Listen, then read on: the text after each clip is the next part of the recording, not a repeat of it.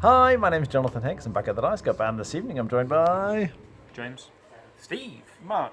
And we just finished playing Cascadia, which is something of an abstract game about building territories. You can see I've sort of tried to build forests here, and you've got water, and then obviously populating with lots of different animals. You are scoring at the end of the game for majorities in forest or desert or water, whatever it is, but the different types of terrain.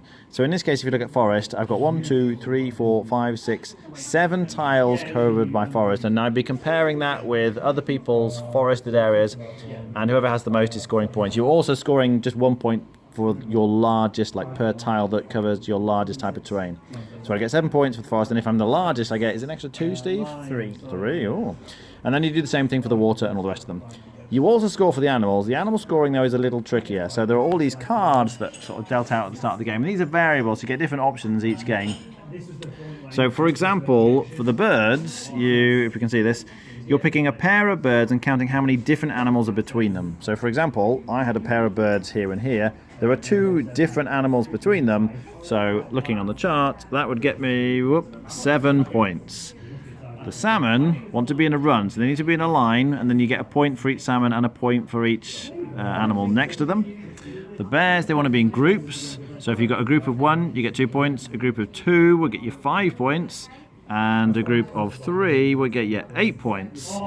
Then the foxes, you're getting points for pairs of animals next to the foxes, and the elk, basically you just want a really, really large group, and the more of them you've got in a big group, the more points you're potentially going to get. So you're trying to bear in mind all those different scoring cards, while also trying to get majorities as you put them out. How do you actually build the map, though? Well, on your turn, you have a selection of options in the middle, and you have to pick one of these pairs. So I might really want this tile for terrain here, but I also have to take this animal if I pick that one. So you're picking a pair like this. One of those, this one.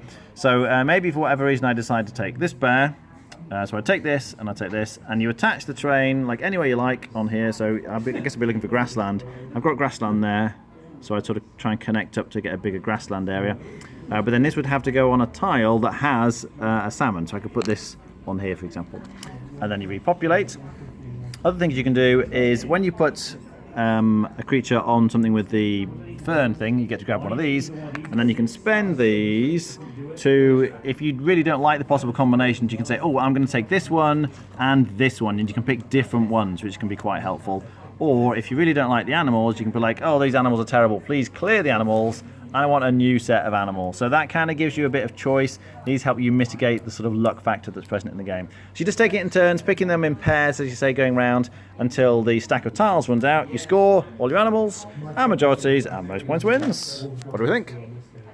It was all right. I think for a future play, I would sit closer to the scorecards and actually read them properly and before I start, rather than halfway through.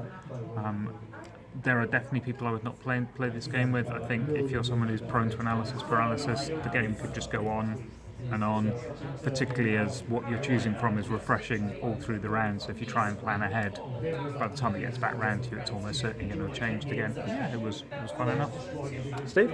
I quite like it. I've played it 2-player twice, and I was slightly apprehensive about playing 4-player, the reasons just mentioned.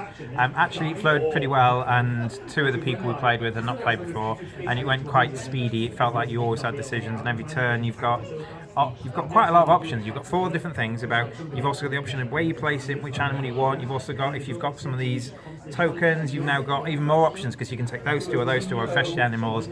I quite like it. It feels like, especially in a multiplayer game, you're trying to focus on, when you're building the habitats, maybe 2 or 3 types of terrain to try and get those bonuses. You get 3 points and 1 point for your first and second in areas of things. So I only scored 1 for my yellow terrain because I'm not picking tiles of that thing, and I was just trying to extend my other ones.